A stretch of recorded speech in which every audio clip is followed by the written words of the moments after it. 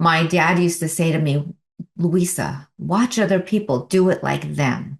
And in my tiny little sweet, innocent brain, I thought he was telling me I wasn't good enough and that I needed to watch everybody else, and everybody else knew exactly what to do and I didn't. And Mm, so I would watch them and I learned how to behave. I knew what like doing it right looked like, and I was constantly processing and absorbing information to what it would look like to do it right. But even though I never felt like I was doing it right in my body, I was watching and being doing what I thought I was supposed to be doing. And funny enough, fast forward, NLP is the study of extraordinary people. So what do we do now is we listen to these conversations, and we do listen and learn from other people. So merging the two together, realizing I have value and I could learn from you, and it doesn't mean I'm not good enough. Welcome to the Defining Moments podcast, where leaders, innovators, and everyday heroes share the moments that changed everything. These are the stories behind resilience, purpose, and legacy. Now, let's dive into today's defining moment. Hey everyone, welcome to the Defining Moments podcast. I'm Melanie Warner, the founder of Defining Moments Press. And today's guest is Louisa Jovanovich, a transformational hypnotherapist, author, and guide helping people break subconscious patterns and rewire their nervous system for clarity, confidence, and aligned action. She works at the identity level, not just the surface mindset shifts, but this endless processing that we have in our brain, but real embodied changes that show up in your relationships, your leadership, and yes, even your bank account. You're going to hear about Louisa's defining moments that happened to her when she was 44 years old. And we're going to be talking about what happens when performance stops working, when survival strategies expire, and when clarity removes more than what it should be adding. So, Louisa, welcome to Defining Moments. Thank you so much, Melanie. I'm so honored to be here. Oh, I'm so glad you're here. We met at an event not too long ago, and I just felt this immediate connection to you. I feel like sometimes you meet people in life, and you're not meant to have that soul connection with everybody, right? You'd be exhausted if you did, but you just have this beautiful energy about yourself, and it's so wise and innocent at the same time. Does that make sense? Thank you so much. Yes, actually, that lands. Yeah, and I just thought, not only are you this incredibly professional, like almost like a neuroscience when it comes to hypnosis and understanding thought patterns, but you just have this beautiful energy and childlike wonder sense about you that makes you curious. And I think that those two things are such a rare combo. And so I wanted to introduce you to our podcast audience here because I think you can add so much value to them and the patterns that people are stuck in. So I want to just jump in real quick here. Now, you said in your intake interview that you perform the role perfectly. And you talk about the performance trap that so many people are stuck in this, especially in a job or a career where they feel like maybe they shrink their dreams to fit their income and there's a little resentment underlying. So what did that performance actually look like day to day for you? I always felt like I was outside of myself, telling myself what I should be doing all day. And I even know exactly where that came from, which is why I believe mindset is so critical. My dad used to say to me, Louisa, watch other people, do it like them. And in my tiny little sweet, innocent brain, I thought he was telling me I wasn't good enough and that I needed to watch everybody else, and everybody else knew exactly what to do and I didn't. And Mm, so I would watch them and I learned how to behave. I knew what like doing it right looked like, and I was constantly processing and absorbing information to what it would look like to do it right. But even though I never felt like I was doing it right in my body, I was watching and being doing what I thought I was supposed to be doing. And funny enough, fast forward, NLP is the study of extraordinary people. So what do we do now is we listen to these conversations, and we do listen and learn from other people. So merging the two together, realizing I have value and I could learn from you. And it doesn't mean I'm not good enough. It means that it wakes something up within me that then allows me to be the greatest of me. And it's not coming from I'm broken or something's wrong with me or I'm not good enough. I think it's the American way to think that you have to learn from suffering, right? Like it's just, I don't know what it is that maybe we're just really stubborn. I know I am. But I learned through all my trials and traumas and tribulations that you can learn from joy. You don't Hmm. have to just learn from pain. You can learn Right. from joy if you choose to. So, go back to when you were feeling this way. When did you first realize something was off? Was it like this slow kind of awareness, or was it just a sharp defining moment? Both. I very clearly remember being the child who used to leave my house and go hang out at the little old lady's house down the street. Her name was Lonia, and she was this sweet lady, and I would just hang out with her and talk to her. And so I was always curious and trying to learn from people and share my feelings. I was really happy about sharing, and that's still me.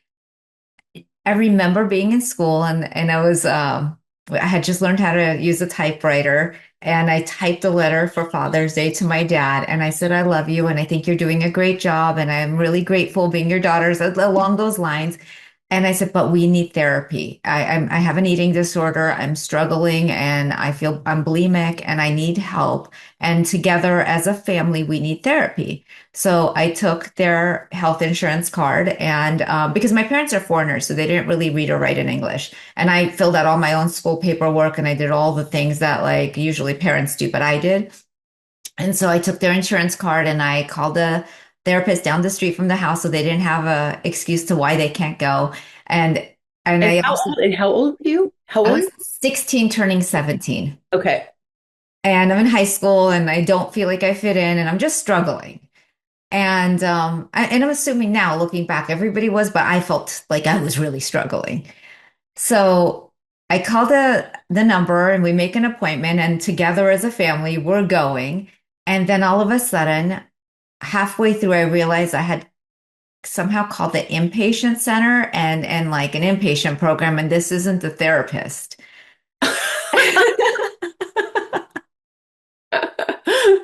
Oh And my now my God. parents are being asked to go home and grab my clothes and bring it back and because I'm staying. Oh no. So what do you mean you stayed in an inpatient? What does that mean It for people was who a may not understand? 30-day rehab with but I came from like Catholic school. I've never seen drugs or alcohol. I've never been around anything. I was like in a sheltered environment. So I'm now in a center with like what I it was interesting because while I was in there, I felt like, wow, these kids need me. It didn't occur to me I was one of the kids. Yeah. So wait, you think that you're going to therapy and you go meet with this therapist and you end up getting committed in for a 30-day like into like An inpatient an center. inpatient center for rehab? Uh-huh. Oh my gosh, that must scare the heck out of people. Like that's why you don't go to therapy. I think that's what most men are terrified would happen if they went to marriage counseling. Well, it was really interesting because my parents are the kind like, oh, we got to help her. We got to help her. So even though they didn't believe in therapy, they were devastated to think that this therapist is like, she's staying. And I actually fast forward a minute to give a what happened later because I knew I was meant to work in there. It all came while I was in there. But now I do work in a rehab and I do hypnosis for recovering addicts because in my mind, I'm like, I can't wait to graduate from here and come back and work in here. But I Wow, went through a that's lot while crazy. I was in there. So, what did your parents think? Like, we think we're going to therapy for our family, and now our daughter's getting basically put into this rehab center for 30 days. What, I mean, and you're in high school, I would assume. So, like, what Yeah. was that like for your family? They were traumatized. I mean, they were hurt. They were destroyed. I know my parents now and not seeing them as the adults they are versus me seeing them as children, my poor parents. What this put them through of like the what was happening to their daughter. And while I was in there, parents had to come in and they did family therapy, and I got to be around a lot of other kids.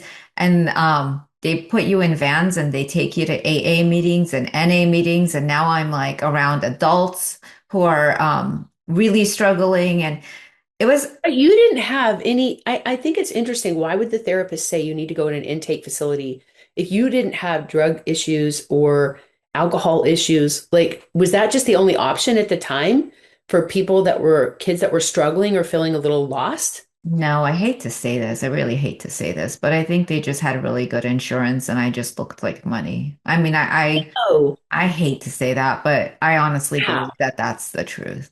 I wonder how often that happens. Like that is obviously we know that the medical system is broken. But I have never heard this before. And I've been a journalist and I've been interviewing people a long time. I honestly am shocked. I did not expect that.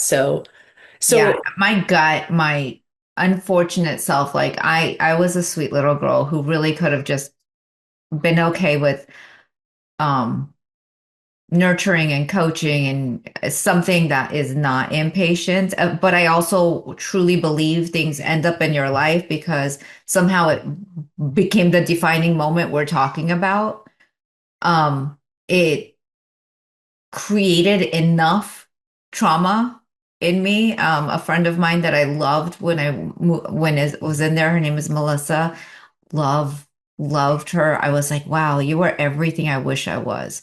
And she was beautiful. She was smart. She was courageous. She was fun. And when she came out, she overdosed and died. And I oh my had goodness. gotten to know her family. I'd gotten to know her siblings. I'd really like, they were a beautiful family. And I thought, wow, if this is truly what happens if I don't shift? Mm, What if I don't get this work? What if I didn't know it in the words I understand it now, but her death shaped a lot of who I've become. wow. Does her family know that she had that kind of impact on you today? No, no. We both left and I just heard afterwards that she had overdosed and died. Oh my gosh, I'm so sorry. Well, and I think it's interesting to be at such a young age yourself and be the only sober person inside a rehab facility to see it through those eyes and then have this compassionate heart to say, I want to come back and help these people. And then here you are, full circle, going back again by choice, choosing to go into these places and work with people. So, how did this experience as a teenager shift you into wanting to do this professionally? I was always curious about people, and I always made friends with really pretty people and really smart people because at the time I didn't realize I was doing this, but well, maybe I did. I realized I felt like I fit in or I was included in the cool stuff when everybody I was hanging out with was smart and pretty. And in my head, I was like, you already win. There's no competition. So that I didn't have the struggle that if I felt like if I was friends with people who I didn't already think they were amazing, there might be a balance issue. In my head, I was like, you already win. You're beautiful, you're smart, you're wonderful. And I'm just grateful to be here. Mhm. And what I didn't realize was they didn't see me that way, that they saw me just alongside them and not less than them. And I ran into a friend who's become an attorney, and I was friends with her growing up. And she said, everyone used to try to copy my homework, and you just wanted to play hair and makeup. Like it didn't occur to you what we were all doing. And I remember always being told, wow, you're really good at doing hair. And I was also incredibly responsible. I started working as a babysitter when I was 12, and I saved enough money. By the time I was 18, I had $11,000 from babysitting money. What? I Oh even remember my God. charging more than everyone else because I knew I was worth it. Like I was like, I have your child's car seat in my car. I'm willing to do what you need done. I'm willing to show up on time every time. I had regular jobs all week, and it was really kind of fun because I didn't have to hang out with people my own age, and I really enjoyed the responsibility of my job. And I also realized it gave me freedom because money equaled freedom to me, and I couldn't wait to like have my life the way I wanted it. So I had $11,000. My parents told me I'm not allowed to go to beauty school because I needed to I needed to get a smart job, according Yeah, to a them. real Go do job. something smart. But I'd never passed a class ever based on smart because I didn't do well in school. And with my $11,000, I put myself in beauty school. And I remember this moment when I'm in school and I was like, wow, this is the first time I'm in the right place. This is the first time I'm actually happy. And with that being said, during the ROP part where like, I'm sorry, not ROP, the theory part, the teacher says to me, Louisa, you're never going to make it in this industry. And I'm like, because I couldn't sit still yet again. I, and then I thought, okay, we'll see.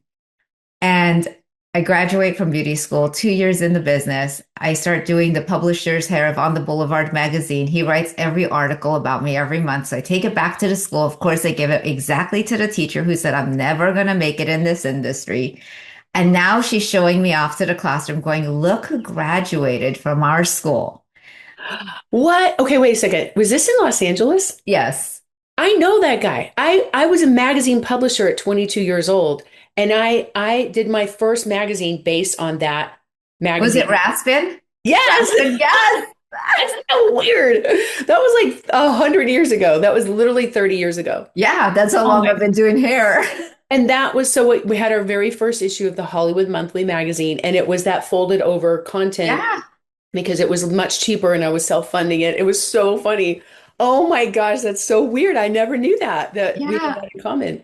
I mean, I didn't do his hair, but I definitely saw his photos and I knew about that magazine a long And time my ago. mom had saved them. She gave them to me and I lost them, but I had all my articles and I remember saving them and taking them back to the school. And I was like, oh, look. That's so fun. Okay, so you became a hairstylist, a cosmetologist, is that what it's called officially? Uh-huh. And you did that for years. You got your license I and still do it. I did it for 30 years amazing. Okay, so let me get this straight. So, how did you go from being a therapist to becoming a therapist? because that's what I was doing. So during my divorce, I got crushed. Like I really hit rock bottom, had to figure out how to pedal myself out of the dirt. I was, or the deep end. Hmm.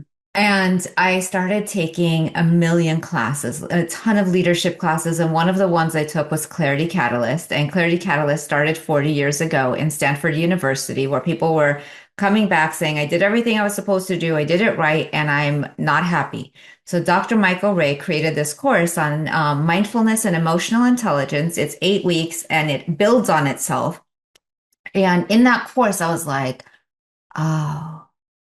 I love this. This is where like I realize all the belief systems I have created. And in that course, you identify who you are. And I was like, people aren't just saying, I love my hair. Every single message says, thank you for helping me have a breakthrough. 100% of them. Like nobody ever just said, I love my hair. They would say, when we were talking, you said this and this and this, and it opened up a gap in where I was not in those exact words is how they were saying it, but in the big picture, that's the messages I was seeing.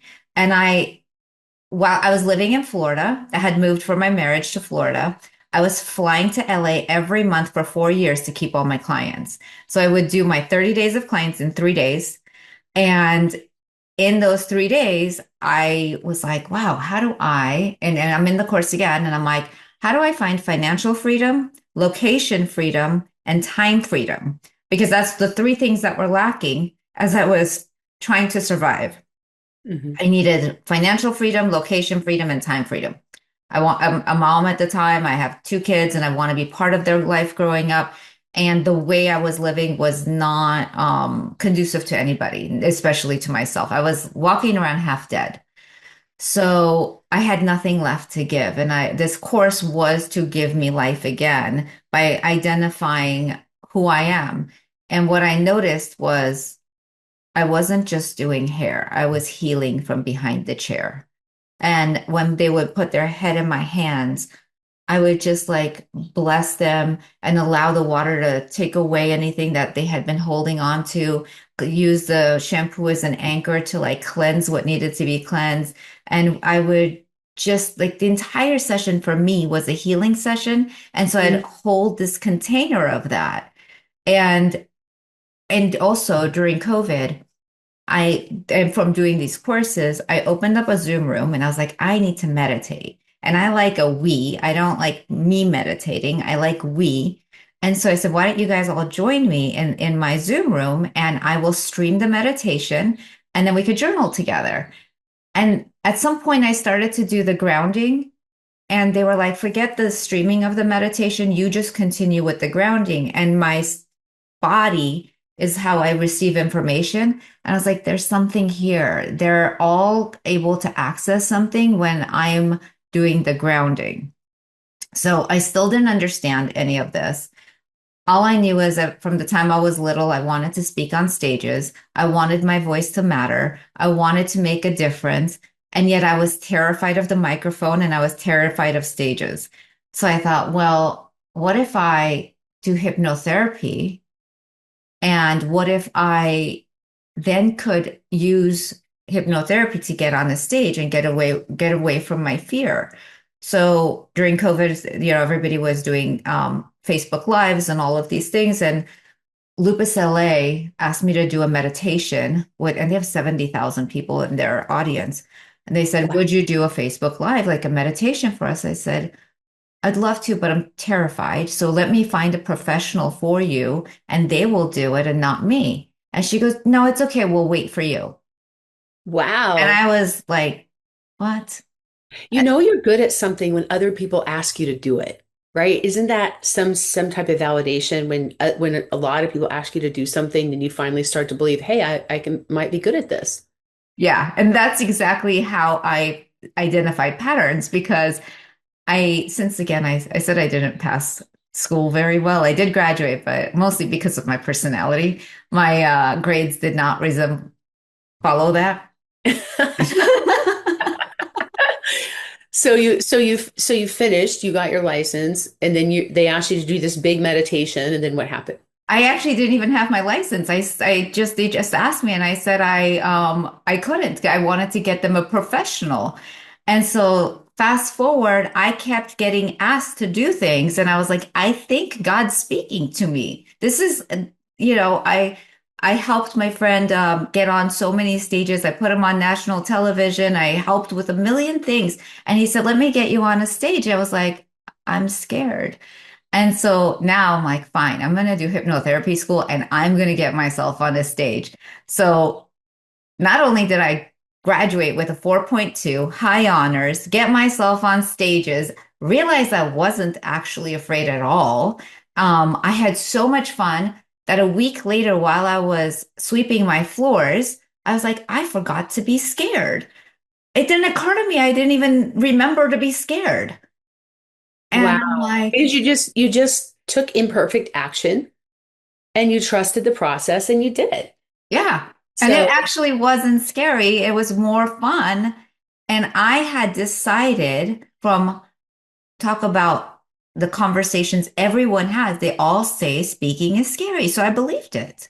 well, most people have a fear of public speaking. And I know because we have a speaker bureau and we train speakers, in our business as well, in our industry. And I'm an international keynote speaker. And I see it all the time. I mean, I go to a funeral and, in our world, we kind of joke about, if somebody has to speak on a stage or at a funeral, they'd rather be the person in the coffin because Yeah. they're so fearful of public speaking. And yet, being a good communicator makes all the difference in your relationships, in your career, in your job, in being a business owner. Like it really is one of the best skills I think you can invest in to really move the needle in your life or your business. And it's like you look at the people that earn the highest amount of money, and it's people that use their mouth for a living, like they're communicators, whether it's salespeople, whether it's singers, actors, it could be anybody that's moving their mouth.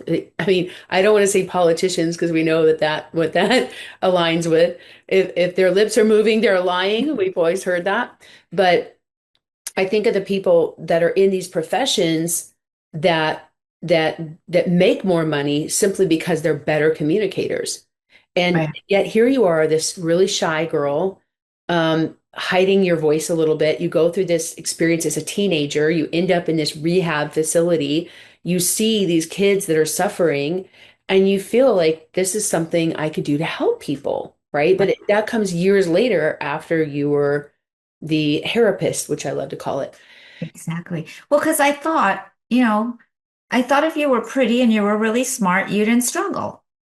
And now I'm doing everybody's hair who's pretty and smart, and they're telling me they're struggling. If anything, Melanie, the hardest part was like they were struggling more than most because they had this image and ego to keep up with that the pain was greater.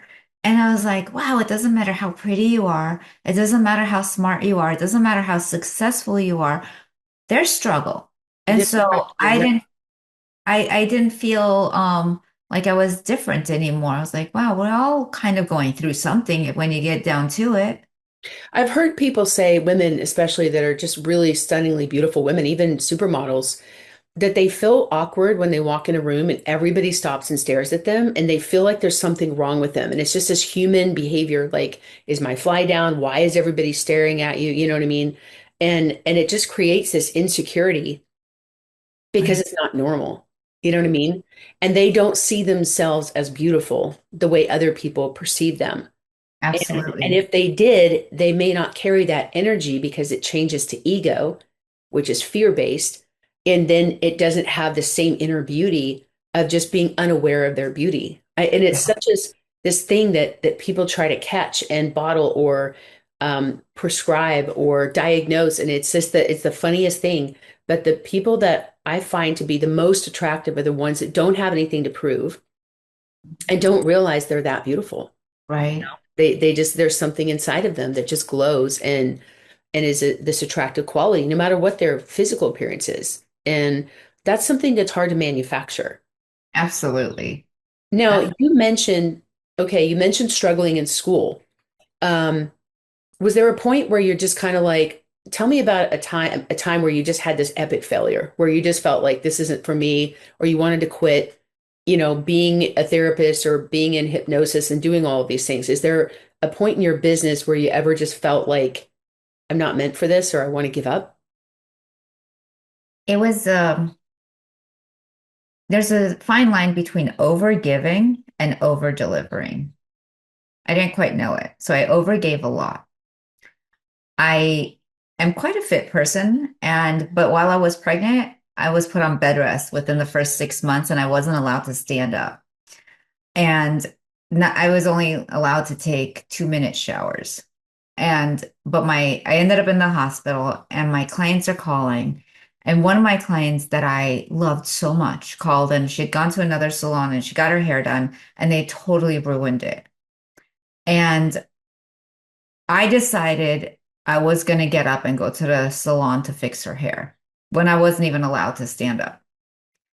And I sat behind her and I did her whole hair and I thought and by the grace of God, I made it through that pregnancy. But looking back, risking the life of my child for hair and thinking I was awesome because look at what I would do for someone else. But that same unfortunate way that I handled that was how I handled everything. How you do something is how you do everything. Right. And I just basically said, I don't matter. My health doesn't matter. My unborn child's health doesn't matter. I clearly didn't realize I didn't think I was good enough or I mattered, that I came from such lack. And so I would lose sleep at night. Like, did they like their hair? Am I okay? And my entire existence was on shaky ground. And I didn't know I was living from that space. So you Because, were finding validation externally with the people. If they liked their hair, it made you feel like they liked you. And that was how you measured your success. Was yeah, that or if I was good how? enough. I, Yeah, I think everybody at some point, some of the most successful people ask, are they good enough? They like, I know there are times I don't feel good enough. And then there's other times I feel like I'm too much. You know what I mean? Right. Right. And it's this pendulum, right? Like, am I either this or that? And I gave so much that I'm pretty damn good because I work that hard. Hmm. It has the pendulum. You can't possibly not be amazing when you're willing to do it to the death. Right. I Right. did. Yeah. And yet there was this underlying like not enoughness. As a matter of fact, this book right behind me with Tracy Cunningham, she is every star's hairdresser. And because I only went to the school that was $11,000, it wasn't Vidal Sassoon. I never actually thought I was good enough because I would assume she went to Vidal. I'm at her course and she's on stage and I get her book and she went to the same beauty school I went to. Except she didn't have that underlying layer. She became unstoppable. And when I realized that, I was like, how interesting. All these years I have overgiven in a way, thinking I'm hoping to become good enough. And yeah, I became pretty damn good, but to the detriment of a lot of things at certain times. Um, but then on the flip side, I went to the best hypnotherapy school because I thought that that's what mattered. And I did get a job right away, and I'm doing very well. And in my head, it was because I thought I went to the best school. And Yeah. it's just who you are. If Where'd you you go to school, by the way? Where'd you I go to went to HMI, it's the first accredited hypnotherapy school, and Yeah, that's where I went too. I love this. I love that Yes. school. I heard a commercial on Howard Stern when I lived in Los Angeles 30 years ago. And I was 22 years old. And I went and I almost got my master's in clinical therapy because I loved it so much. And I learned so much from that about people and just the neuroscience behind it. And I want to get into that in a little bit because for anybody that's curious about how hypnosis is different than therapy, why it's so effective. And it's not like some psychic power, anti-religious kind of thing. It's really science-based and how your brain works. And so I want to really talk about that as somebody, this is not my opinion, it's based on my experience. And I went to the same school. That is so weird. I feel like we were hanging out in the same places at the same time. I'm sure our paths crossed somehow. Like that's so weird. Remember Um, how I told you when I heard you speaking, I didn't even know why, but my physical body got me up to walk over to where you were. I followed my body on that one. And there was, and that seems to be the thing though. I let my body, and I do a lot of somatic work and my body always knows where to lead me. And it's yet to be wrong. Wow, that is so and we're just discovering on this podcast like the different layers of things that we have in common. So I think that subconscious part of your brain that feels a connection with people that is the conscious brain doesn't even know how to explain yet, like how we met that day and then now we're discovering these synergies on this call. That to me is so profound and that's something that you can't explain. That's when you know you have an alignment with somebody and to me, that's a soul connection that you got to trust, right? And like we'll get into that part a little later. I want to go back to a second just to close the loop on this, but you mentioned outsourcing your aliveness. Basically, you felt like you were outsourcing your aliveness in effort to get approval. So how does somebody know they're doing that? Like if we know we're doing it consciously, then we're aware. How do we become aware of that we're doing that?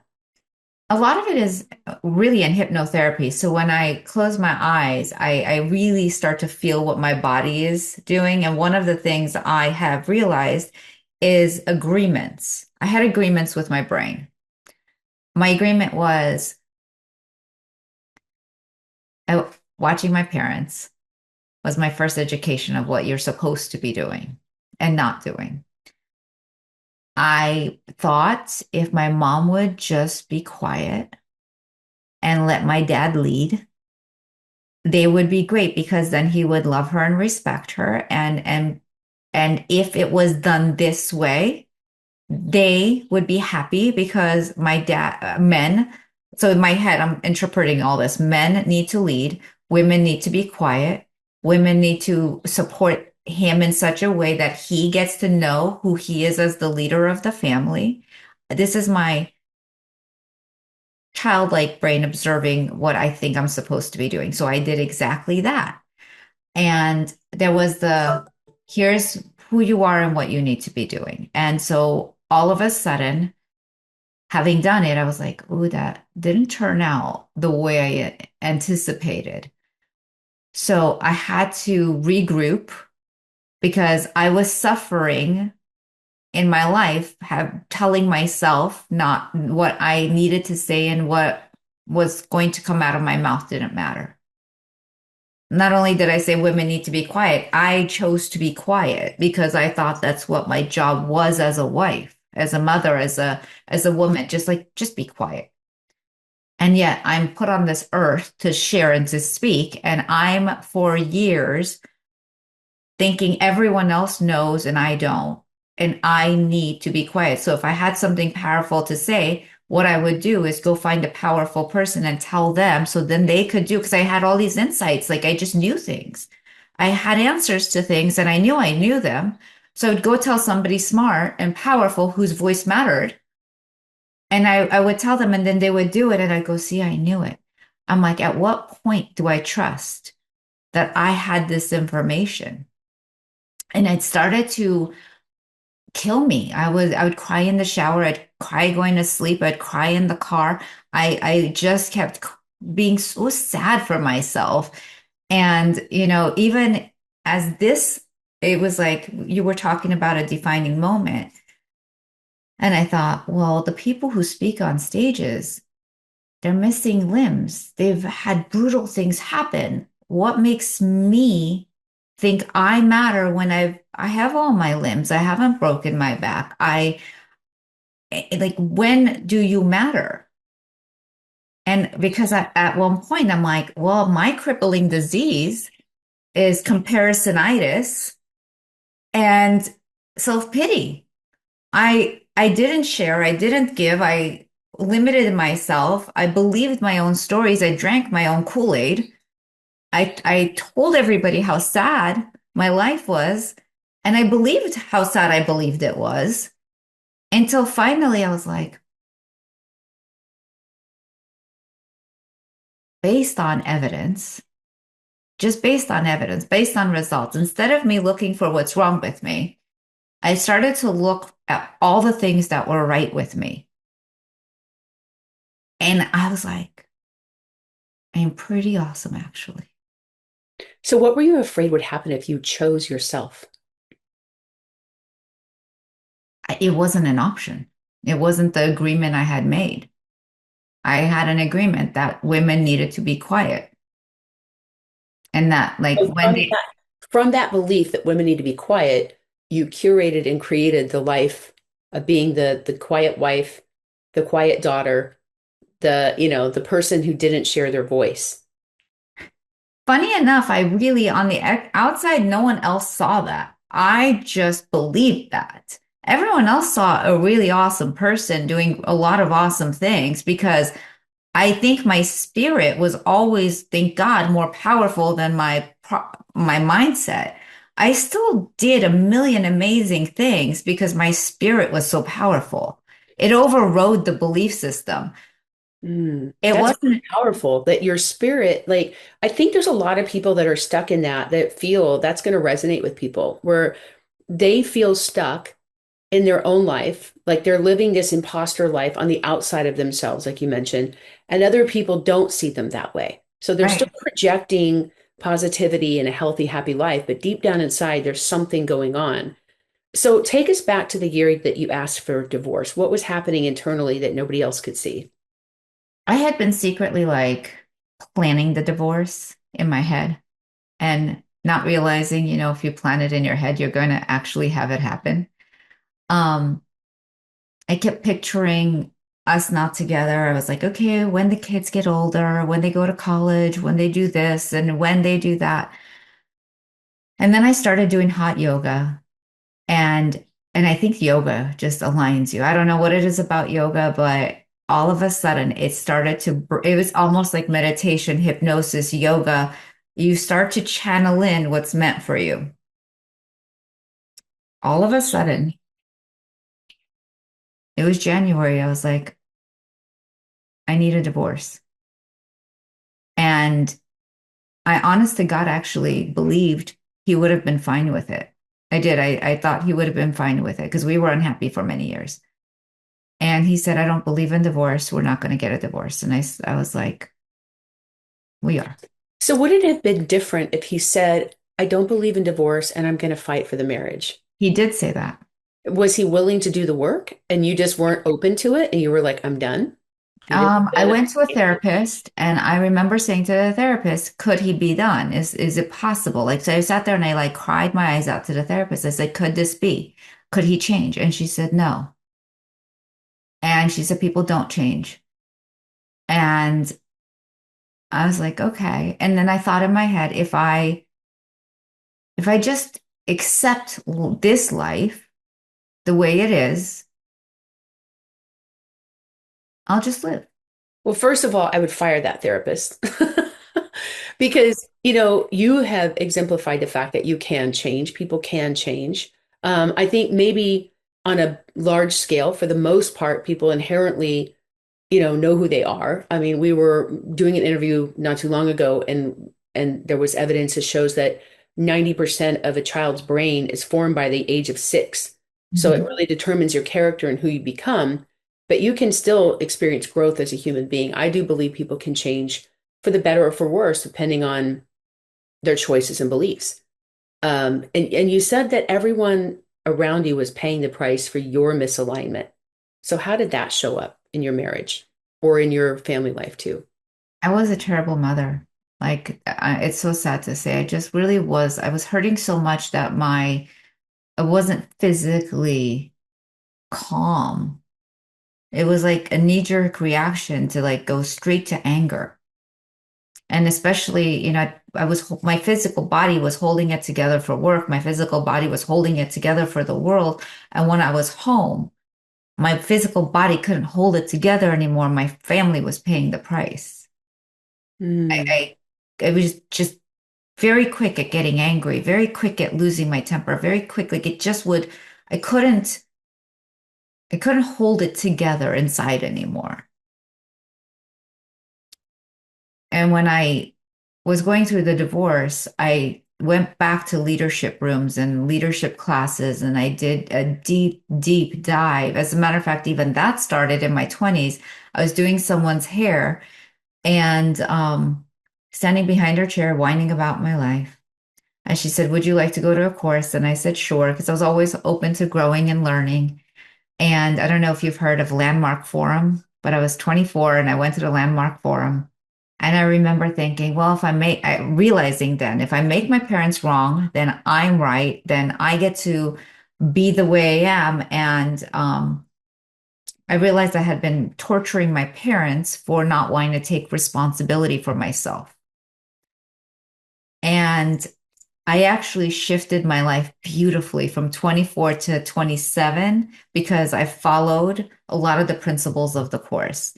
And there was a girl who wanted to move in with me. Her name was Stacy, and she said, "I want to live with you." And I said, "Yeah, you really you have to take this course, and let's be on the same aligned page for you to move in with me." She said, and the course was only 400 at the time. I said, I'll pay for you to take it.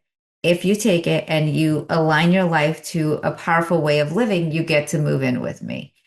So she did, and she was in $10,000 of debt, and she got out of her debt, and she started her own makeup line. She actually did very well, and we both did very well. I saved enough to buy a house, and I met my at the now became my ex-husband, but the man I married, and she did very, very, very well. So we both were on an amazing trajectory. And then my belief system of like, I had done so well. I'm like, great, I'm going to take this wonderful person that I'd created about who I am. I'm going to give it to a man. I'm going to be worthy of his love. I'm going to, behind the scenes, keep my mouth shut, but help promote him. And we're going to buy a house. We're going to have children. We're going to da da da da da. And I didn't realize that I had taken full control over how this man was going to live. I was like, we are going to do all these things, but he wasn't ready to buy a house then. He wasn't ready to do all of the things that I was gung ho to do. And then when he pulled back and felt whatever he felt, I got upset. And I felt that I made up stories and belief systems around why this was not it. And I started So to feel alone. you got married, you had kids. How many kids? Too. Two kids.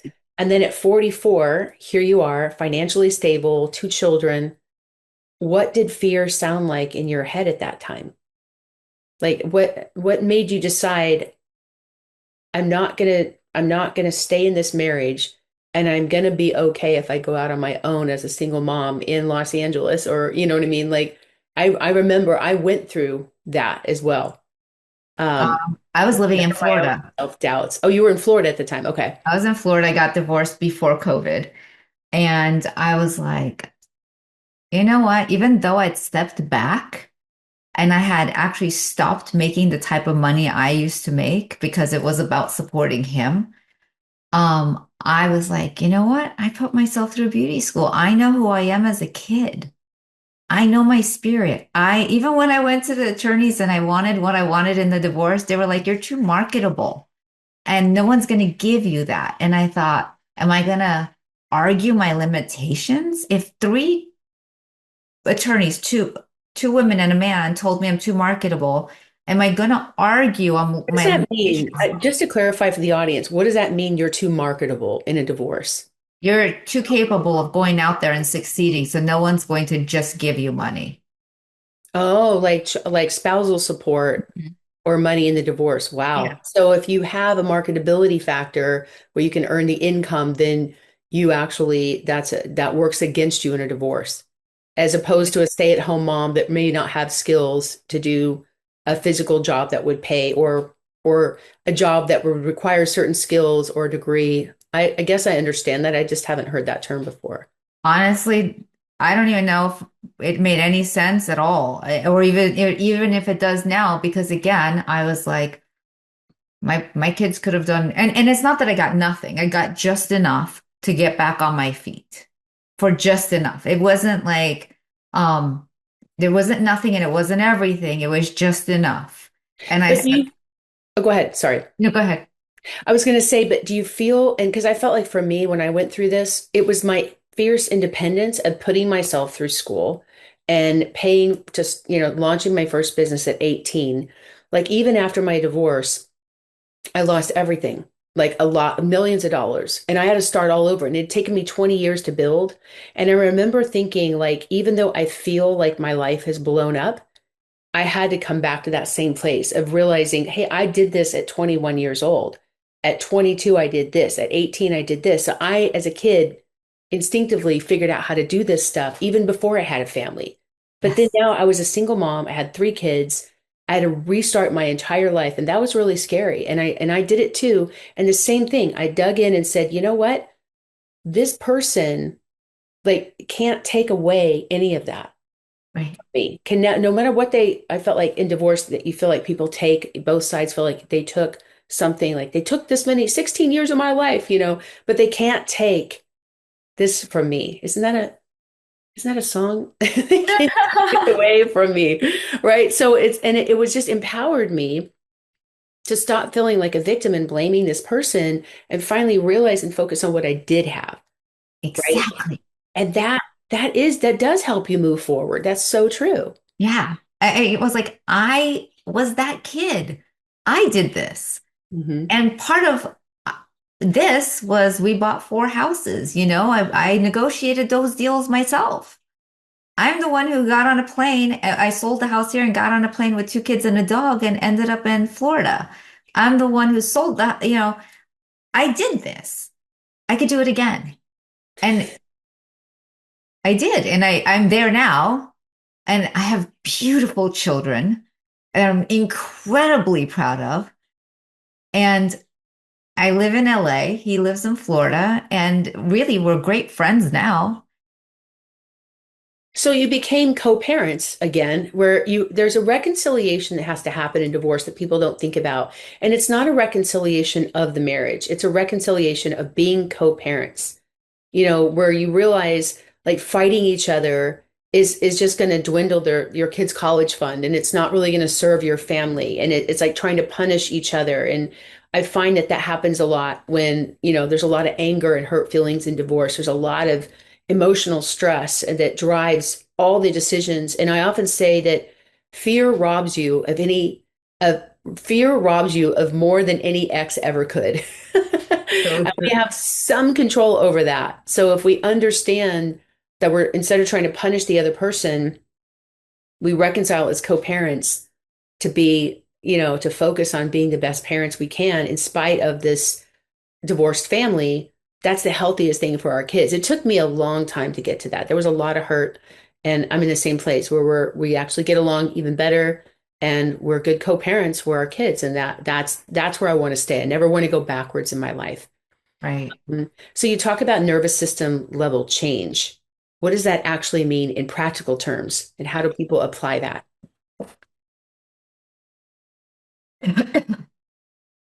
I I learned this thing from a coach, and I say it when my nervous system over is on overload. I'm calming my mind and my body, and I'm connecting to my higher self and source. I am calming my mind and my body, and I'm connecting to my higher self and source.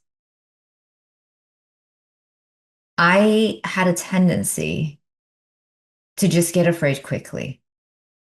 And when I was afraid quickly, my nervous system would go on overload and I would go into panic mode. And then my body would be in fight or flight. And you can feel that. I remember, I mean, I don't know, my ex-husband knew how to push my buttons, and I remember being just so angry with him. Angry, Yeah. and I could feel it, my whole body just burning and on fire, like so mad. And I'm not an angry person by nature. I've always been a very positive type person. And it just felt like this heaviness, and I could literally feel the stress in my body. And that freaked me out. I just remember thinking like if I don't figure this out, I am going to die. Like I can feel it in my bones. This is Yeah. not good. It's toxic, it's not healthy. This isn't safe. This isn't good. And Right. those big life changes can be very stressful for people. Yeah. And I was comfortable living there because it had gotten so familiar. That was home. Like that feeling, that what you just described was my regular life. So you said that most people they're not really stuck. They just regulated. They're regulated for a life that they've outgrown. So explain that. I believe that there's a spirit inside of us that is always calling us forward. It's taking a moment and just stopping and being like, what's consistently still trying to come through? I always wanted to make a difference. I always wanted to be the type of mom that my kids loved hanging out with. All of those ways of being were all going away very slowly because for some reason I wasn't trusting myself as a human. I didn't trust myself as a mother. I didn't trust myself as anything. I was living in a lot of, when you take a shower and you have this like, and then I'll say this and he says this and then we'll do this. A lot of this chatter. I would drive and I'd have the chatter. An incredible amount of negative self-talk and negative conversations that seemed real. After doing this work, which hypnosis doesn't like, it's just shifting those conversations. It's having a different perspective on the conversation. And so when my body would react to him is because I was still needing to defend myself. And so when I stopped feeling the need to defend myself, then there was no more conflict because I had done the healing within me. So we always think it's like, well, it was the marriage. Well, maybe I could have actually stayed within the marriage and just healed me. Maybe the question wasn't if can he change? Maybe the question was, can I change? So I'm not responding with, why would you do that to me? I was still like, don't control me. I grew up feeling controlled by my parents, so I was responding with, don't control me. I felt I picked a partner that I was still responding in the same way. Having done all this work, I now don't get triggered when someone says something. I don't take it as they're trying to control me. So this work goes into the mindset in such a way where we come from, I know who I really am. I know what my spirit is here on this planet for. And so whether you like me or don't like me does not change why I'm here. It doesn't impact me in the way it used to. I can now have a lovely conversation with my subconscious mind and say, I love you. And thank you for bringing that to my attention. How interesting you feel that way. And I have a very different dialogue with myself. I think that's the key is changing the dialogue with yourself. So how do how does the subconscious pattern affect money and leadership decisions? Because if you're shifting into like that whole subconscious versus conscious in the hypnosis world, how does that subconscious pattern affect money and leadership decisions? Incredibly so. So when I was a tiny little human, my grandfather said to me, I love giving you money because you're so responsible. You always give it back to me. So I have a belief system that I'm really responsible around money. And I am because I believe it. And you were saying earlier how we have this way of being that we think it has to be hard for us to, if it's hard, then we do it. Well, if anyone knows me, they'll laugh and joke and they're like, Louisa lives on vacation.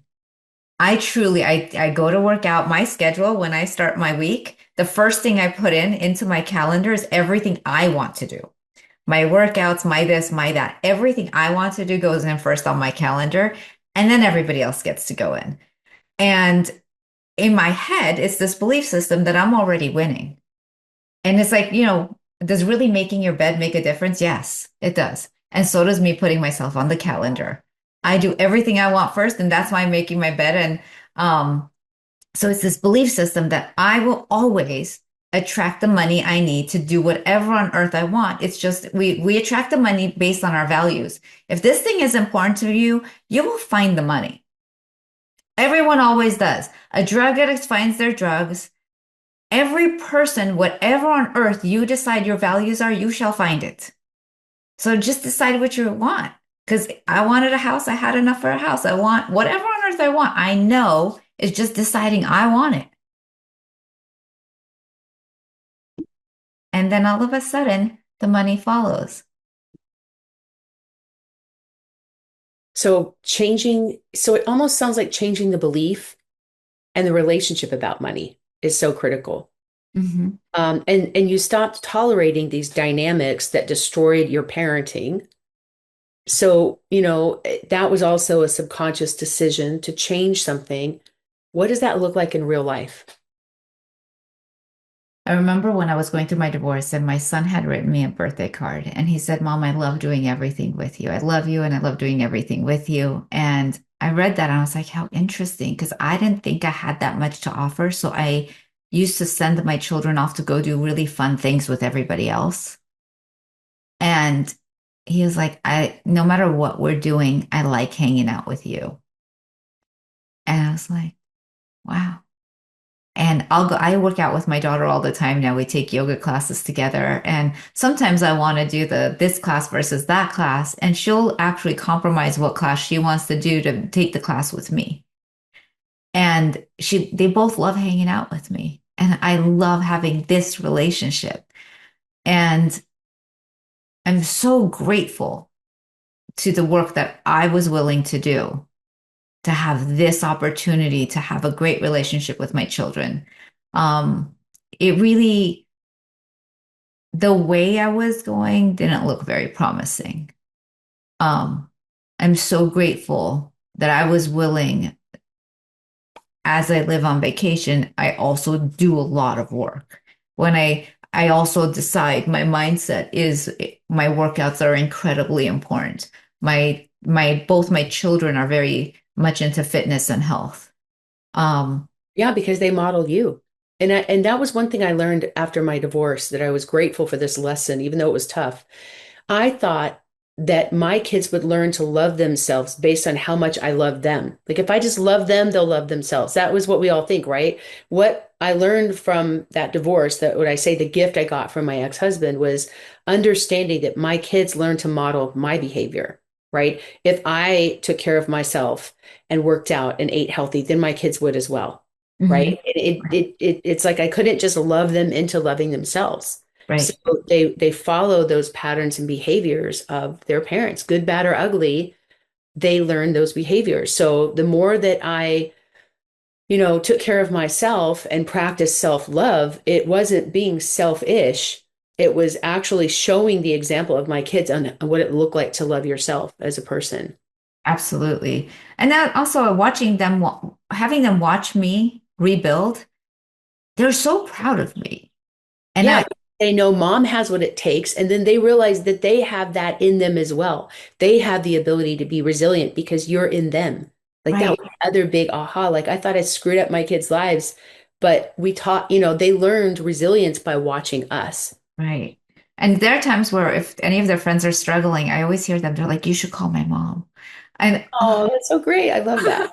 That's I cool. know. It's the sweetest when I hear them. They'll be like, you should call my mom. And I'm like, So how did you teach your daughter? Like how do women mistake compromise for insecurity? my daughter teaches me. My daughter's a strong character. She has such a personality. And she was a tough child to raise because it's almost like watching myself as that child, but without having to unlearn a lot of things. I didn't bully her into breaking her, which is what I believe happened to me. To the degree it did. So I've even at her recent parent teacher conference, they wanted her to take a class that just wasn't right for her. And I said, she could take a class and you're going to bully her into it. But is it going to, she's almost done with high school. Is it worth strong arming her in this at the end where the odds are she's going to fail the class? Do we want her to be like, wow, I'm so glad they tortured me until I failed this class? Or do you want to believe in her in such a way that she succeeds? What do you think she's going to remember? The class she failed or the way that everybody believed in her? She has a lot of leadership qualities. My daughter's just pure leadership quality. I bring her into a room and everyone's always like, here's the next CEO of something. She just is powerful. And I've had her teachers call me and say, your daughter hijacks my classroom and I tend to lose control and yada, yada, yada. And I'm like, okay, so give her some leadership and step out of the way a little bit. If your role in here is to be the teacher, stop, stop micromanaging the child. She give her anything and she will succeed. So then he kicked her out of the classroom. Instead of listening to me, he kicked her out of the classroom. So the next teacher calls and says, what do I need to know about your daughter before she starts class? And I said, well, she'll either hijack your classroom or you could give her some leadership. And so the teacher listened to me. And at the end of the year, she said, your daughter is my favorite student. And she's going to grow up to be somebody very special one day. And she goes, maybe she'll be a teacher. I said, she might own the school. I don't know if she'll be a teacher. And, and she said, I would work for her. Wow, that's really that. I mean, that's got to be, as a parent, you love hearing people say good things about them, especially, teachers. Yeah. She said, I'm going to cry at her graduation. She's a special child. I even had another teacher call me and say, I didn't know who she was until the last week of the year. I didn't see who was in my classroom until the very last week of the year. And I feel like I dropped the ball with your child. Wow, that's a big admission for a teacher. I mean, it's interesting how you have one teacher that kicks him out of the class and another teacher that said, this is my favorite student. It's the same student doing the same things. It's all about perspective. And again, leadership. Teachers have a tough job. Parents have a tough job because we have to lead by example. And when you think about the things, the lessons you learned as a kid from your parents, and the chances, the choices that you make as an adult for your own parents, what changed in how you make decisions now? I try not to, the mistakes I made was deciding on that. And now I look at both my children and they're very different children. And I recently, within the last year, was struggling, being that my daughter's a tough cookie, I was struggling with something. And I get downloads of information and they come so clearly. And it said, why are you taking what she's going through in her lifetime right now, a direct result of equaling your failing? So every time would respond to her, it would be from me reacting to you're telling me I'm failing as a mother. And then my higher self was saying, let her go through whatever she needs to go through. So in that moment, I just started to pray. And because I've been to 12-step programs, I knew the serenity prayer. And I kept repeating it in my head looping it over and over again. And when a client sits in my chair, I can actually hear their internal conversation. And I was like, what if my daughter can hear my internal conversation? And it's like ready to punch her because I'm so angry at whatever she's going through. Because I'm reacting like she's saying I'm failing. And so my energy is of that. I'm like, stop it. You're the one creating this situation. So I started to just pray and just calm my nervous system. And the minute my nervous system calmed down, she calmed down. And I was like, in my body, I'm like, I'm her mom. I'm responsible. What if she dies? What if I don't protect her? What if this? What if that? So imagine the energy that's coming from what if I accidentally kill and my child, something happens to her. So my energy is so high. It's anxious, yeah. Yeah. So I'm like, her higher self. Is feeling that. Yeah. And so I was like, stop reacting like it equals your failing. Just let her be. Wow, that's powerful. And I use that for everything now. I'm like, if I bring because however we're raised, they say from ages 0 to 6, 0 to 8, we receive all of the information in our life as 100% fact. It's downloaded into our subconscious, into our nervous system.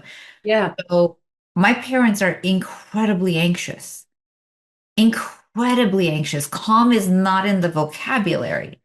So I had to rewire every aspect of that to calm myself down and be like, you know what? People struggle, then they get over it. And I'm just going to be a loving patient mother right here. I'm a loving patient partner right here. I'm going to be a loving patient friend right here. And because the second it gets to where I'm like, what if I can't help you? What if I can't protect you? I start to panic. And that's not helping anybody. Yeah. So shifting in for a second to how you can resolve this from the neuroscience level with hypnosis. When people they know they're stuck in these patterns, I think it helps to explain a little bit about the subconscious brain and the conscious brain so people understand how hypnosis works and how it can shift from a negative to a positive or vice versa, like very quickly, as opposed to years of therapy. Can you kind of explain that a little bit and so that people know how they could use that to stop these old patterns? And like you said, stop dragging your past into your future. Like, how do you practically do that using hypnosis? Once you can calm, which is very easy to do, you calm your mind and body to be in this calm state. Now it's not in fight or flight. It's just open and willing to receive information. First of all, like when you're in a calm state, you're not rejecting the information. And your subconscious wants to believe it in the first place, hence why you're there. You want to actually not be anxious. You want to, whatever you're there for, it does require you wanting it. So as long as you want it, the subconscious is like, yes, please give it to me. And the minute you give it the language, because we all speak in a certain way. So when someone's speaking to me, I'm listening for their words. So I have a conversation with their subconscious mind with what they actually want. It's not what I want. I'm listening to the way that someone is saying, here's who I am, here's what I want, here's what's not working. So the subconscious mind, your conscious mind is having that conversation.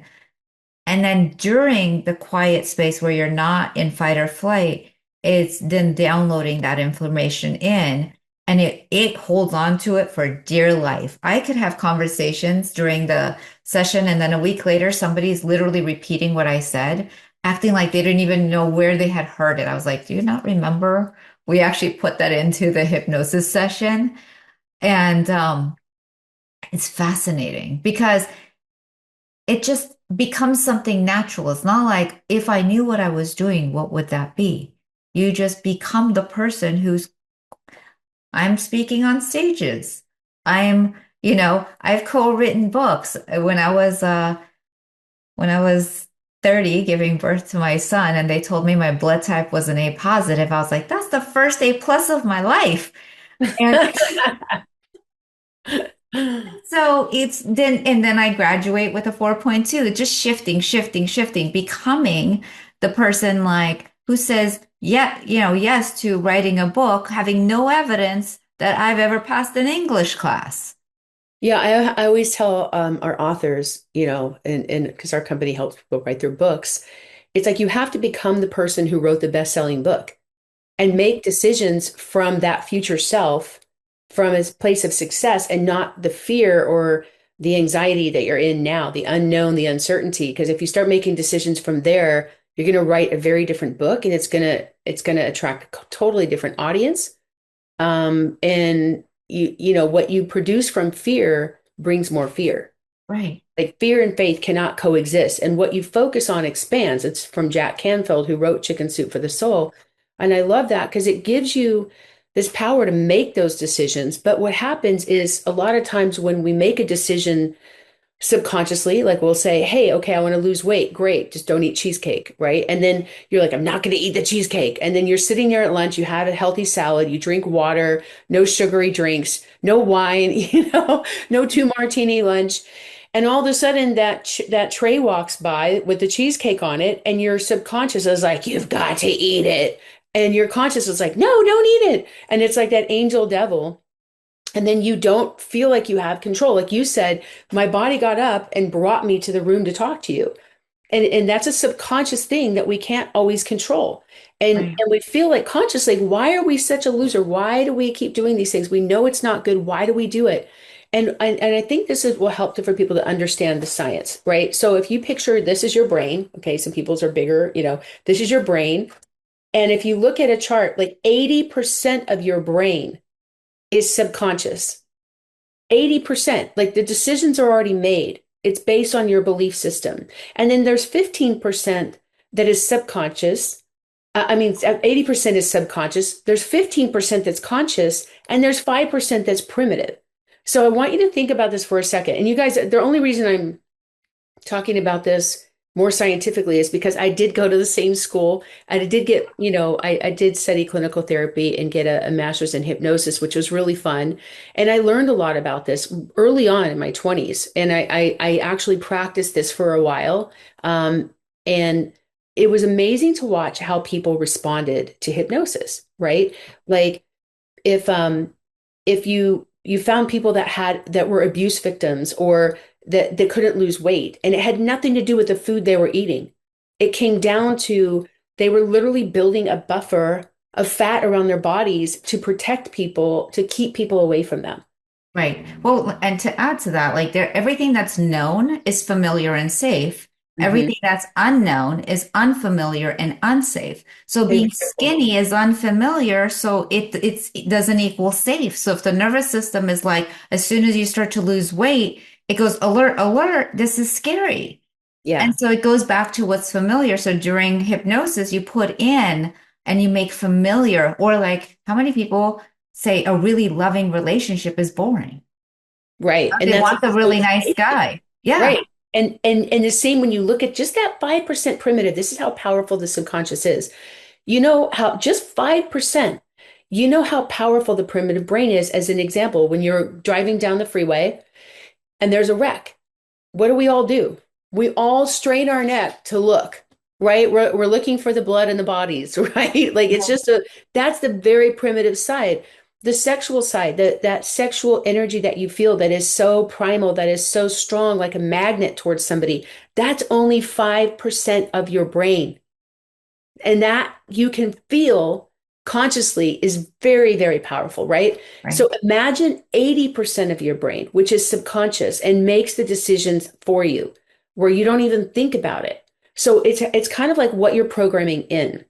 Right. And the reason I love hypnosis so much for solutions is because it shuts down the brain to trigger this fight flight mechanism that allows you to go in and change a negative association to a positive association, to where you can instantly say, I'm not going to do this anymore. And your brain will start supporting that on a subconscious level and start to match the conscious level based on what those goals are. And it would take you years and years of therapy to shift that powerful 80% subconscious part of your brain into a healthy habit that becomes Yes. conscious, right? So you want to talk more about that science part of it, because I think that's where there's a myth that people feel that hypnosis is bad and it's mind control. And, they see these hypnotherapists on the stage that go, sleep now, and people start barking like a dog and doing weird stuff. And so that kind of discredits the industry a little bit. So how Right. do you respond to people that are skeptical about that process? I recently was thinking of something. Have you ever volunteered to be hypnotized on stage? I have. Well, I will tell you one little tidbit, a little trivia about me. Uh-huh. When I lived in Texas, when I was 18, 19 years old, I worked for a master hypnotist, and I would travel with him, and he would do these kinds of shows. And it was fascinating to me how he could hypnotize people like in seconds, and they felt like they couldn't get off the floor. Like it just really left this impression on me. So I did have that experience, but I also was involved in that for a little bit, just a short time. It was just a job that I had for a while that I thought was kind of fun. How fantastic. Well, I remember volunteering. One of the reasons I became a hypnotherapist was because I saw it on stage. I was like, well, if they could be hypnotized to doing this, I could comfortably think I'm J-Lo on stage. If she could do it, I could do it was my motto. But they actually sent me off the stage because I was not in the space. So it was and there's suggestibilities, right? There's You how weren't hyper suggestible. I was not suggestible enough. And that's one of the reasons I like HMI, because they go through the 36 questions and you learn that everybody's suggestible, but how they receive information, whether they're an emotional or physical. So it really, the language and how you hypnotize someone versus depending on how they listen is also very important. So they say, well, this person, if you touch them, they fall. Well, when I did get on stage, they go like this and your head goes like this, and then everybody else's does too. Well, it's not that I didn't know I was next. So they say they do this. I just know I'm next and you're supposed to do this. So because we're humans and because we follow direction quite well, I just knew it wasn't that I had left my body. I was 1,000,000% in my body. I just knew I'm getting touched next, and my head is supposed to touch the person next to me. Every single thing that was happening was, it's not that you're not doing anything out of what you would naturally do. Your body always knows. I go back to the body. Your body knows if that was not going to be okay for me, I would not have done it. This did Right. not Yeah. do anything to me. I was happy to do it. I think it's important to note, like, you can't force somebody to do something. And people go to extremes like, oh, if I get hypnotized and they tell me to go murder somebody and then block it out and then I don't know I did it, like that, you can't do that. Like Yeah. you can't make somebody do something they don't really want to do. All it does is it changes that relationship with yourself, where you stop arguing with yourself, and it takes the conflict from the subconscious to the conscious, and it resolves that relationship so that you can just go in, change the message units to positive or negative, depending on what outcome you want. And it's just a faster way to kind of hack through and reprogram these thoughts instead of working so hard to subconsciously change those thoughts through repetition and years of change. Absolutely. And what I like to do sometimes is I actually have people speaking during the hypnosis. So it's a little muffled because they're like in trance state, but I like having them hear what they said because in state you don't totally remember the sentences that come to you, but Mhm. while you're in, it's very powerful what we share. And there, because it goes through this amazing space of clarity when you're not in fight or flight, when you're in trance state. And then some of the answers don't come right away. They come while you're sleeping. You wake up and you remember a dream that had the answers within it. And That's your I, subconscious working out an issue. Absolutely. right. And I love even in the course they talk about the third stage of our sleep is our venting dreams. And so we heal and process things, whatever we go through in hypnosis now, it later on while someone's sleeping through during their venting dreams, they are processing all of the things and it resolves and all of a sudden, again, it happens so gradually, all of a sudden you're really capable of doing the thing that you had decided you wanted. It's just no longer, can I do this? You look back and you're like, I did it. Yeah. I mean, I love that. I just think I look back at, and people look at me sometimes and go, how did you do all this at such a young age? And it was because I was able to go in, and even in our book programs, in week one, module one, we have a self meditation, like almost like a self hypnosis process called removing that block of the fear of rejection. Because if we all get over the fear of rejection, and we all have it from somebody in our childhood, okay, we all have it. And if we get past that, we can create things in our world that we did most people don't think are possible. This is the block that people have when they say they want to write a book and then they don't because they sabotage themselves out of this fear of rejection. And it's the underlying fear that sabotages us, self-sabotage, because of this thing that we have. So if we can just go in and find the root of it. It's like when you're going to clear the garden. If you don't clear the weeds out, they're going to overtake the whole garden and you can't grow. And it's the same as like going and pulling weeds inside your subconscious brain that are indirectly sabotaging you in your life that you can't, you're like, why did I say that why am I treating this person like, and you feel like you don't have control, but it's triggering these old habits and Right. beliefs. And so Right. I just love this as a way to be able to, for especially for high performers, right? So where do you feel that entrepreneurs in particular, they stay stuck longer than they should because of some of these things? Hmm. Because of the childhood belief systems. I work with a lot of high performers, and they first started off as hair clients and then they ended up as hypnosis clients. And it's this belief system. On one level, it drives them because they didn't get to as great as they are because of it. They succeed because nothing's good enough and they're Hmm. so driven. But there's this underlying area where they lose their peace and they feel alone and they feel like they have to be the only one doing it and it's a very small hard world. So the minute it, they let go of something here, it's so physical. Where and that's the thing when I'm in hypnosis, I actually for me it's here. For someone else, it might be another part of their body, right? Like I ask them to touch where they're holding whatever it is, and almost always it'll be here or here, like they somewhere in their body it goes. And when you could physically allow yourself to let it go and witness it and put your whole own hand on it, people always say to me, they think that like the answers are everywhere else. All the answers are within us. We are our own like actual healers.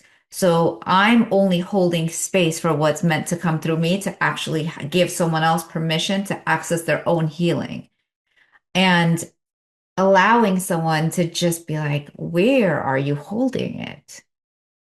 To Where? be able to release it, like you have to know where it's living to be able to release it, let Mhm. it go.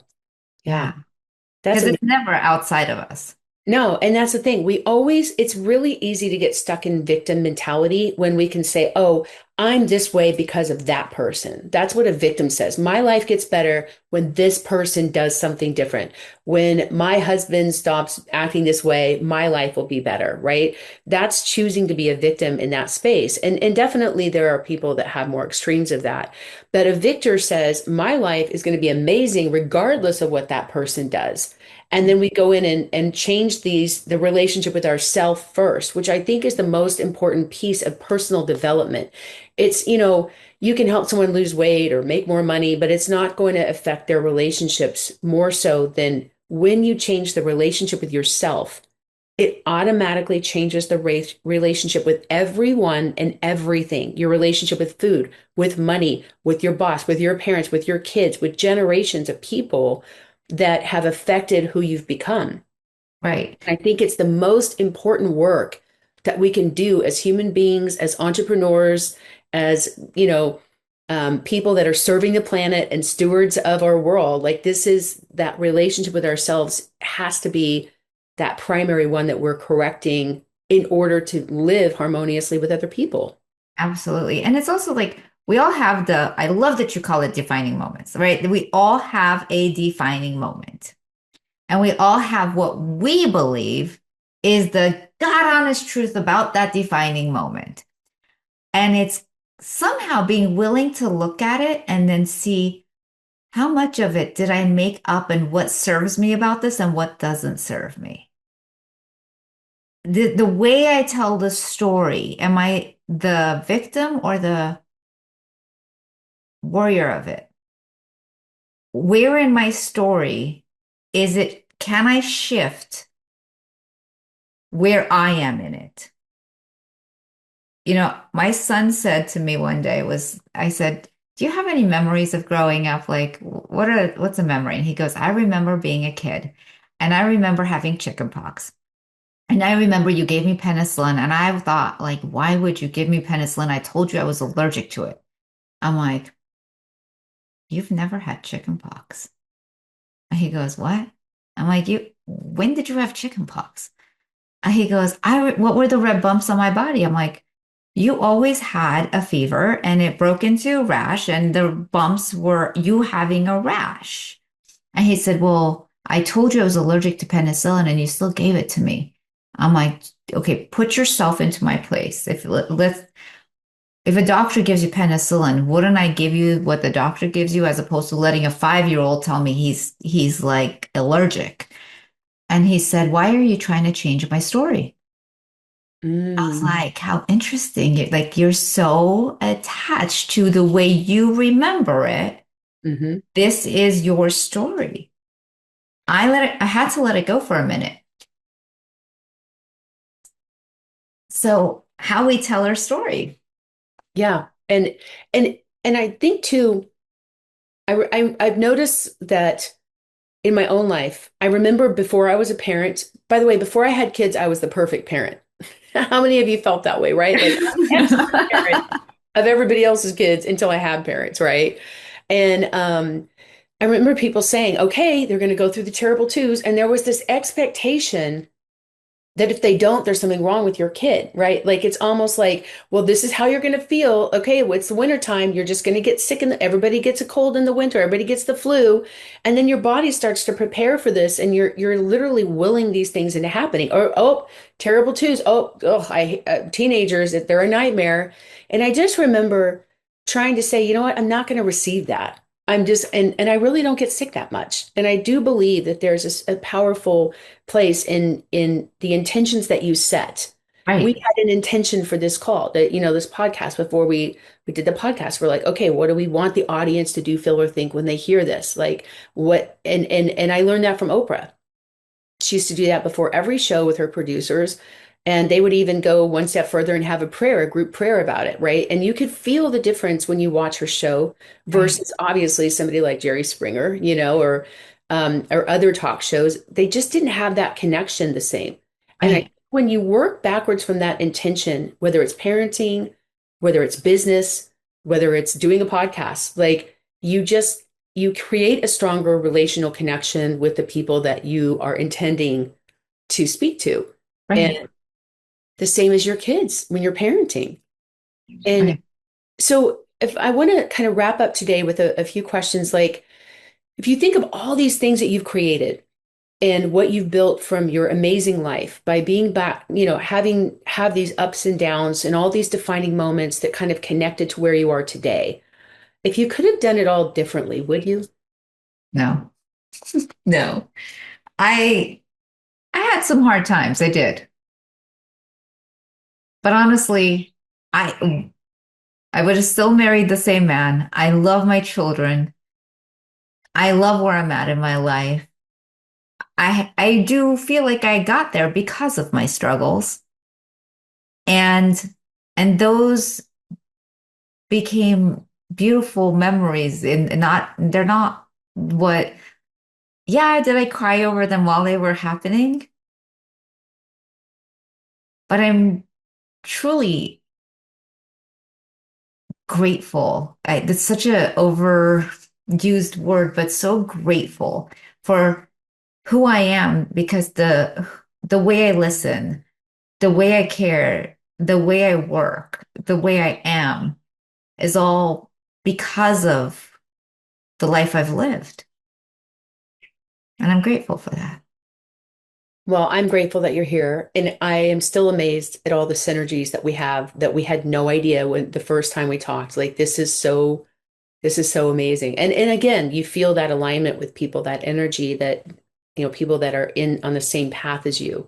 And I think when you're in that space, you attract seekers. Like I love meeting seekers because they're looking for solutions, they're open to change, and they're learning to trust themselves and that inner voice instead of just waiting for everybody to give them outside approval. Right. So, as we wrap up this, I want to ask you a couple of quick questions. So, in one sentence, what does self-trust mean to you? You can't get it wrong. Mm. What's a sign somebody's living from performance instead of alignment?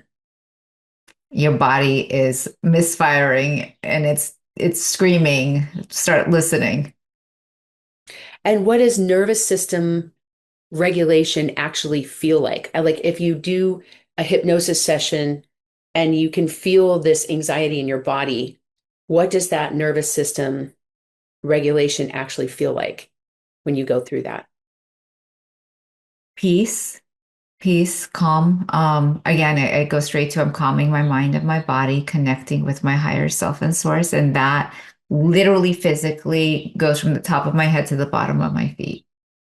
So if somebody is interested, if they've never done hypnosis, then maybe they have different feelings or thoughts about it. What's the first move somebody listening should make today? Ask yourself,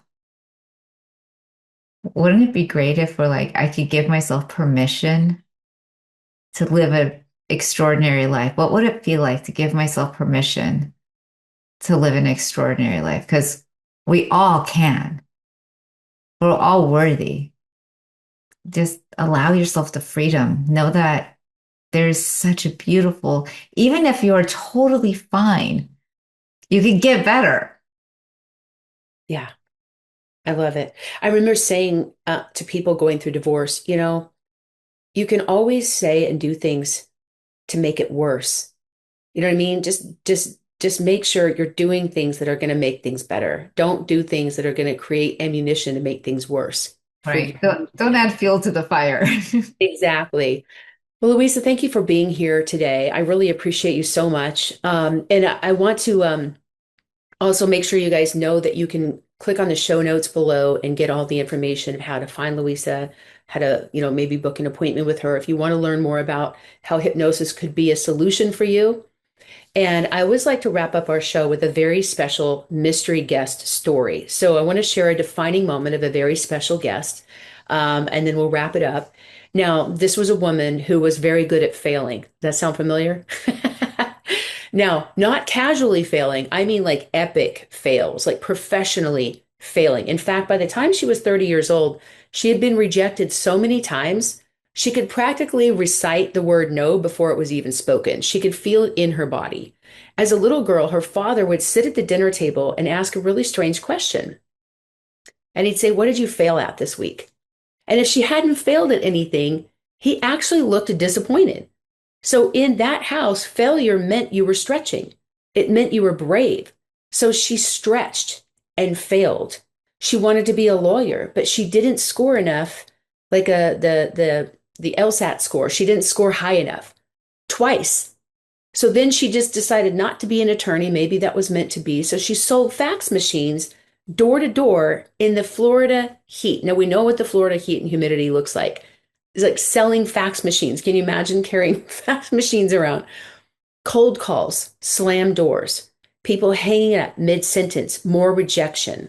Rejection wasn't just occasional, it was daily.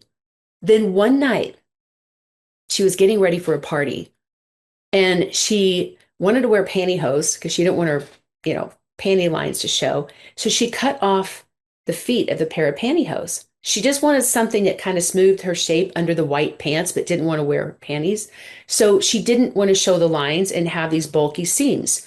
It was just a tiny idea, the kind most people would just dismiss by the next day, but she didn't because she believed in everything she wanted to create with zero evidence. She had no confirmation or proof of concept. She had no background in the fashion industry, no investors, no connections, no business degree, no experience in retail. She had $5,000 in savings, but she had this gnawing idea that wouldn't go away. She couldn't ignore it. So she drove to North Carolina and pitched hosiery mills, like these mills that create pantyhose, over and over and over, as a woman who wore pantyhose. And they laughed and they said no. More rejection. They told her she didn't understand the industry. They pat her on the head and sent her out the door. Okay, little girl. One meeting ended with a factory owner dismissing her entirely. But something interesting happened. That man went home. He told his daughters about this strange lady who wanted to reinvent pantyhose. And his daughter said, Dad, that's actually really brilliant. So after rejecting her very blatantly, the next day he called her back. And that one yes changed everything. But the rejections didn't stop there. She pitched retailers, department stores passed, buyers dismissed her. And one buyer at Neiman Marcus agreed to let her demonstrate the product in the bathroom. So she tried them on, she showed the difference, she explained it on herself, no marketing budget, no ad agency, just belief. Then the product launched. Okay. And it was very slow at first. And what's funny is she actually went and bought bins at like Home Depot and she snuck into the store and she started putting her product up by the register in these bins. And there was such a big company at Neiman Marcus that nobody realized that they weren't supposed to be there. And they started selling like crazy. And then Oprah named it one of her favorite things, you guys. And the company exploded. But here's the part most people don't know. She kept 100% ownership. She wrote her own patent. She did her own packaging. She refused to give up equity when everybody told her she should, because she was trained for rejection her entire life. She wasn't afraid of no. She was afraid of not trying. And today, that little idea, cut from pantyhose, became a billion-dollar brand. And that woman, the girl who failed the LSAT twice, the fax machine sales rep, the woman laughed out of manufacturing offices, became the youngest self-made female billionaire at the time. And now you know the defining moment of Sarah Blakely, the founder of Spanx.